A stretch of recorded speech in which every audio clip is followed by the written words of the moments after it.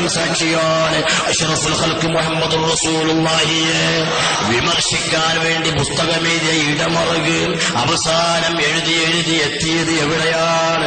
മുഹമ്മദ് നബി സല്ലല്ലാഹു അലൈഹി വസല്ലമയുടെ പവിത്രമായ ജീവിതത്തെപ്പറ്റി വർണ്ണിക്കാനേ അദ്ദേഹത്തിന് കഴിഞ്ഞുള്ളൂ എങ്കിൽ എപിയെ വിമർശിക്കാൻ പേനെടുത്ത മുഴുവൻ ആളുകളും അങ്ങനെ തന്നെ അവർ ചെയ്തിട്ടുള്ളൂ. അവർ പ്രചരിപ്പിച്ച ഒരു പ്രചരണം വരെ പോയിട്ടില്ലെന്ന് മാത്രമല്ല, കാന്തപുരത്തിനെ വിമർശിച്ചുകൊണ്ട് ലേഖനം എഴുതിയ ആർക്കും അത് കാന്തപുരത്തെപ്പറ്റി മോശമാക്കാൻ എഴുതിയതാണ് എന്ന് വായനക്കാർക്ക് തോന്നിപ്പിക്കാൻ വരെ കഴിഞ്ഞിട്ടില്ല.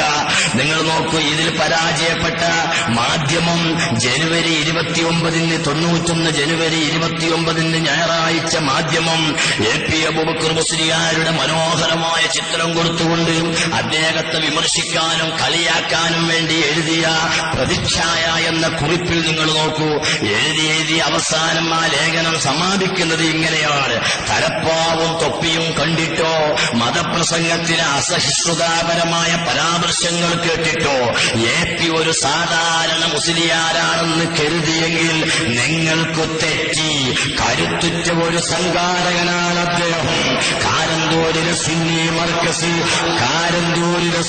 മർക്കസ് എപിയുടെ സംഘടനാ വൈഭവത്തിന്റെ മികച്ച ഉദാഹരണമാണ്. ഒരു കാലത്ത് ആരാരും അറിയാതെ ഒരു പള്ളിയിൽ മതാധ്യാപകനായി ഒതുങ്ങിക്കൂടിയ എപി ഇന്ന് കേരളത്തിലെ ഒരു വിഭാഗം മുസ്ലിം ജനസാമാന്യത്തിന്റെ കിരീടം വെക്കാത്ത രാജാവായതിന്റെ പിന്നിൽ ഈ വൈഭവം മാത്രമേ ഉള്ളൂ. ഇതിപ്പോ എപിനെ കുറ്റപ്പെടുത്തലോ മറുപടി പറയലോ മാധ്യമക്കാരന്റെ എഡിറ്റർക്ക് ഒരുപക്ഷെ കുറ്റപ്പെടുത്തിയതാണ് എന്ന നിലക്ക് അയാൾ സമാധാനിക്കുന്നുണ്ടാവും. എന്നാൽ അത് കഴിഞ്ഞ് പിന്നീടിറങ്ങിയ 96 ഡിസംബർ 27 എപി ഉസ്താദിനെ ഒന്നുകൂടെ കോലം കെടുത്തിക്കൊണ്ട് ഒരു ലേഖനം എഴുതാൻ തീരുമാനിച്ചു. ഉസ്താദിന്റെ ഫോട്ടോവിന് പകരം കാർട്ടൂന്, ഒരു കൈയിൽ മൊബൈലും ഒരു കൈയിൽ തസ്ബീഹ്മാലയും റബ്ബനാ ആതിനാ ഫിദ്ദുനിയാ ഹസനയും വഫിൽ ആഖിറതി ഹസനയും ശരിക്കും സമന്വയിപ്പിച്ചുകൊണ്ടുള്ള നല്ല ഒരു കാർട്ടൂൺ കൊടുത്തുകൊണ്ട് ഇതിൽ നിങ്ങൾ നോക്കൂ, അവസാനം എപിനെ പറയുകയാണ് അദ്ദേഹത്തെ പരാജയപ്പെടുത്താൻ ആർക്കും സാധിക്കണമെന്നില്ല. കാരണം അറേബ്യയിൽ ചെന്നാൽ അറബിയിലും, ഡൽഹിയിൽ ചെന്നാൽ ഉറുദുവിലും, കാരന്തൂരിൽ മലയാളത്തിലും ചിന്തിക്കുന്നത് കൊണ്ട് ഇന്നോളം കാന്തപുരം വെട്ടിൽ വീണില്ല.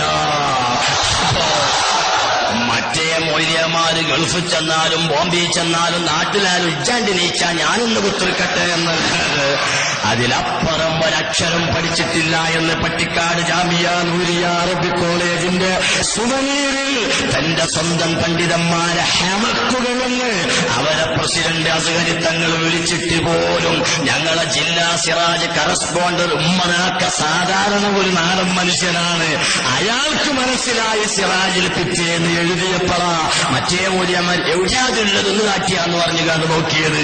അപ്പൊ ചുരുക്കത്തിൽ കാന്തപുരം അങ്ങനെയല്ല. മാധ്യമം പറയുന്നു ഗൾഫിൽ ചെന്നാൽ അറബിയിലും, ഡൽഹിയിൽ ചെന്നാൽ ഉറുദുവിലും, കാരന്തൂരിൽ ചെന്നാൽ മലയാളത്തിലും ചിന്തിക്കുന്നത് കൊണ്ട് അത് ജമാഅത്താരും മുജാഹിദുകളും അങ്ങനെയാ. ഒരു മയ്യത്ത് കൊണ്ടും പേരോന്റെ കാസറ്റ് കേട്ടി നിങ്ങൾ ലാ ഇലാഹ ഇല്ലല്ലാഹ് എന്ന് നാവ് കൊണ്ട് ചിന്തിക്കണം. ഒരു പറയുന്നതിന് ചിന്തിക്കുന്നതിന് പറയാന്ന ഒരു പറയാ. ആ നിലക്ക് പറഞ്ഞതാണ്. ചുരുക്കത്തിൽ ഞാൻ പറഞ്ഞു വരുന്നത് എഴുതി പറയുന്നു സഹോദരന്മാരെ.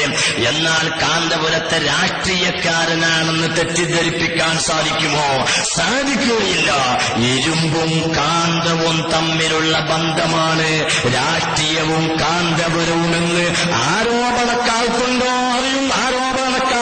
അറിയുന്നു.